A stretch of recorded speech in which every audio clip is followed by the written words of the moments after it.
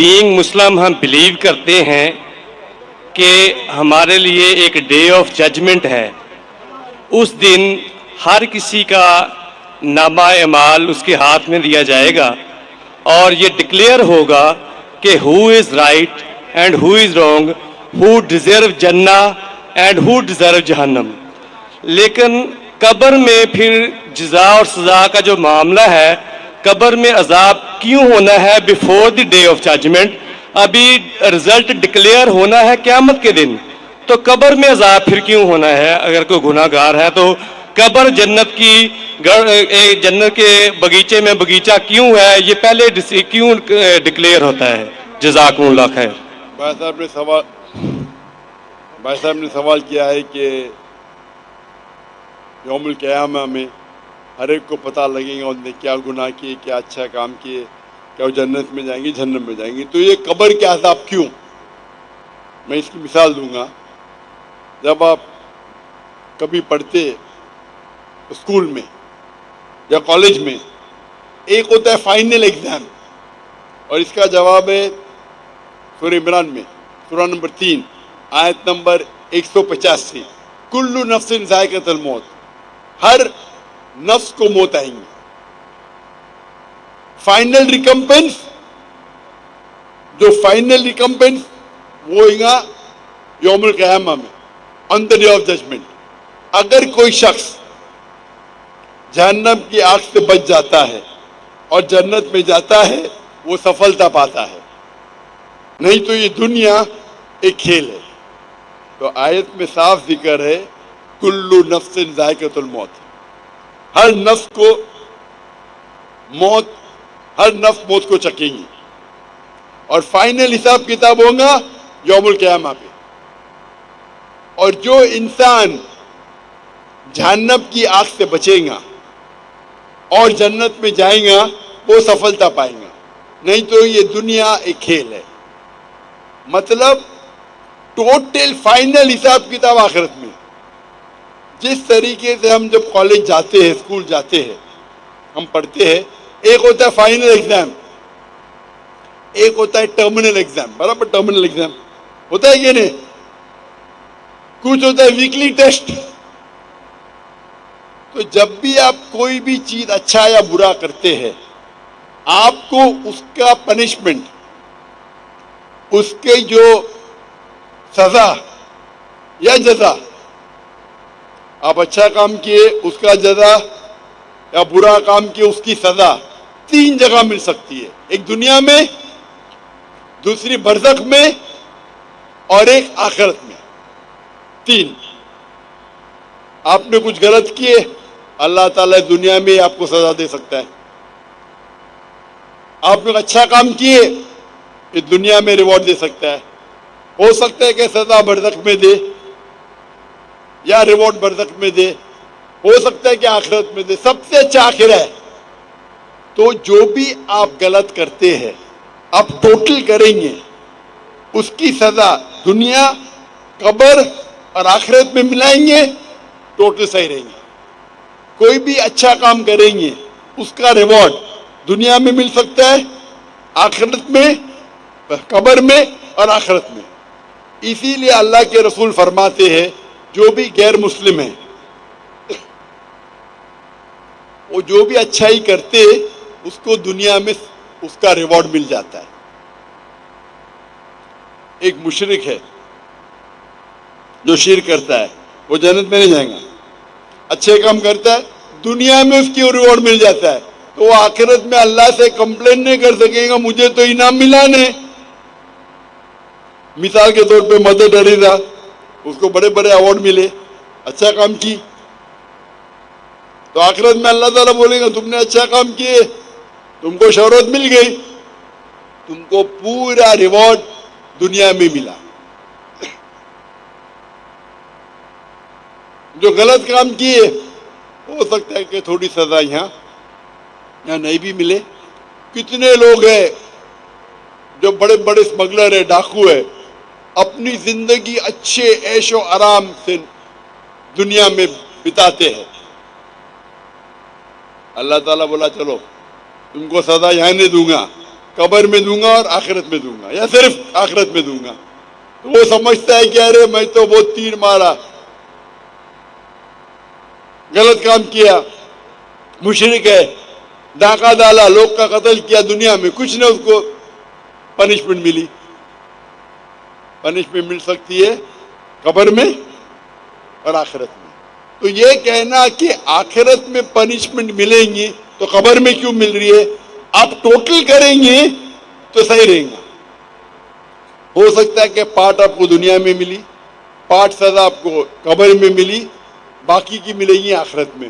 ہو سکتا ہے کہ دنیا میں آپ کو سزا ملی ہی نہیں جو غلط کام کیا آپ نے، ہو سکتا ہے قبر میں بھی نہ ملی تو پوری ملیں گی آخرت میں، تو ٹوٹل صحیح ہے یہ۔ ہاں لیکن ڈبل سزا نہیں ملیں گی، ڈبل مطلب آپ کو ملنا چاہیے 100 پوائنٹس کی سزا، ہو سکتا ہے کہ 2 پوائنٹ دنیا میں ملے گا، 8 پوائنٹ قبر میں، 90 پوائنٹ آخرت میں۔ اللہ تعالیٰ ایسا نہیں کرے گا 100 پوائنٹ دنیا میں بھی، 100 پوائنٹ قبر میں بھی، 100 پوائنٹ آخرت میں، یہ غلط ہے۔ تو اگر 100 پوائنٹ کی سزا ملنا چاہیے، آپ کو کچھ پوائنٹ دنیا میں ملیں گے، کچھ پوائنٹ قبر میں، باقی ملیں گے آخرت میں۔ جو لوگ، اسی لیے اللہ کے رسول فرماتے کہ یہ دنیا جو ہے ایک مسلم کے لیے قید ہے اور ایک کافر کے لیے جنہ ہے۔ تو ایک غریب یہودی پھٹیلے چٹیلے کپڑے پہن کے، حافظ ابن حجر عسقلانی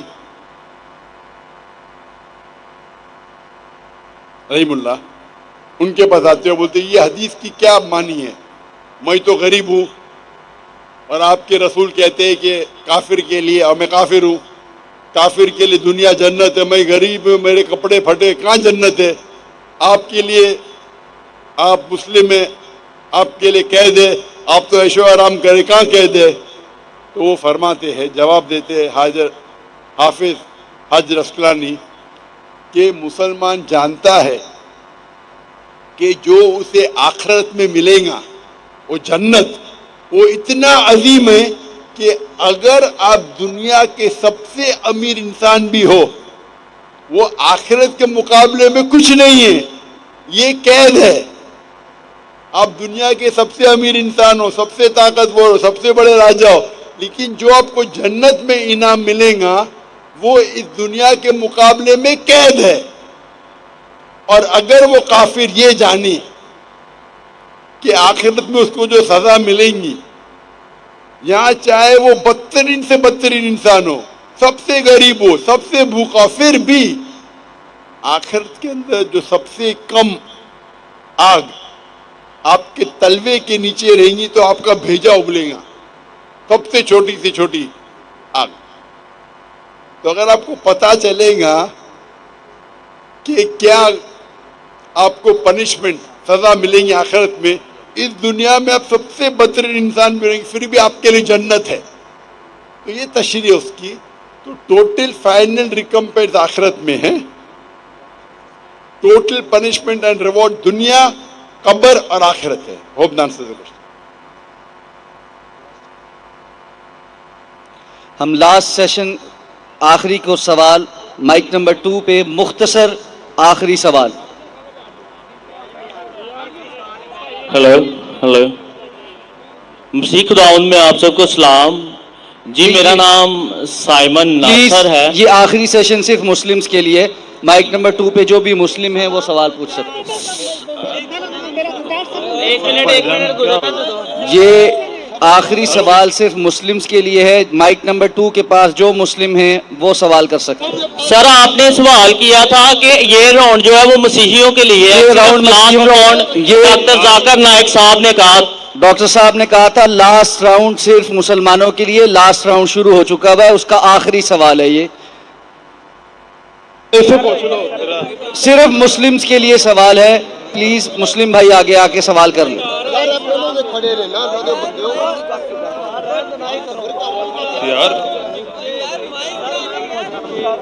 سر میں مسلم ہوں، میں بھی مسلم ہوں، مجھے ایک سلام پہنچانا ہے۔ بھائی سوال کرنے والا بھائی آگے ہے، سلام پہنچانے والا بھائی آگے نہ ہے۔ صرف ایک سلام، میرا سوال ہے۔ ایک سلام جی السلام علیکم، میرا نام حیدر گلفام ہے اور میں دین حق کا طالب علم ہوں۔ میرا ڈاکٹر صاحب سے مختصر سوال یہی ہے کہ آج کے دور میں بہترین جہاد کون سا ہے؟ ایک سلام پہنچانا ہے۔ مائک بند کر دیجیے جی، مائک بند کر دیجیے۔ جیسے میں نے کہا تھا کہ آخری راؤنڈ صرف مسلمانوں کے ہوں گا، اور جو سوال پوچھنا چاہتے تھے اس نے پوچھ چکا تھا، سائمن پہلے سوال پوچھ چکا ہے تو اس کو موقع دیا گیا ہے، اور اکثر سوالات غیر مسلم نے پوچھے، تو یہ آخری راؤنڈ ہے اور یہ آخری سوال ہے۔ بھائی صاحب نے پوچھا کہ آج کی تاریخ میں سب سے بہترین جہاد کیا ہے؟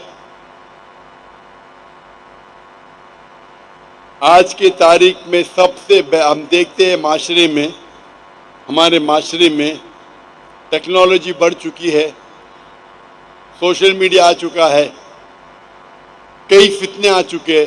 سب سے بہترین جہاد ہے جہاد اپنے نفس کے ساتھ، اپنی نفس کے ساتھ جہاد کرنا ایک عظیم جہاد ہے۔ ہم دیکھتے ہیں کہ ٹیکنالوجی بڑھ رہی ہے، سائنس بڑھ رہی ہے، کتنے چیزیں ہم کو سوشل میڈیا پہ آ رہی ہے، اور کئی بار مسلمان بھٹکتے ہیں اور قرآن اور حدیث پہ عمل نہیں کرتے۔ ہمارا جہاد ہونا چاہیے کہ ہم قرآن اور مجید کے نزدیک آئے، قرآن اور مجید کے تعلیمات پہ عمل کرے۔ تو میرے نزدیک آج کی تاریخ میں سب سے بہترین جہاد یہ ہے کہ قرآن اور مجید کے تعلیمات پہ عمل کرے، قرآن کو ترجمے سے پڑھیے، حدیث کو پڑھیے اور اس پہ عمل کریے۔ انشاءاللہ مسلمان پھر سے دنیا کے چوٹی پہ پہنچیں گا۔ آج کی حالت میں مسلمان کو لوگ نیچے دیکھتے ہیں، فٹ بال کی طرح لات مارتے ہیں، کیونکہ ہم قرآن اور حدیث سے دور ہیں۔ ہم اگر جد و جہد کریں گے، قرآن اور حدیث کے روشنی میں قرآن اور حدیث کے تعلیمات پہ عمل کریں گے، یہ سب سے بڑا جہاد ہے۔ وآخر دعوانا الحمدللہ رب العالمین۔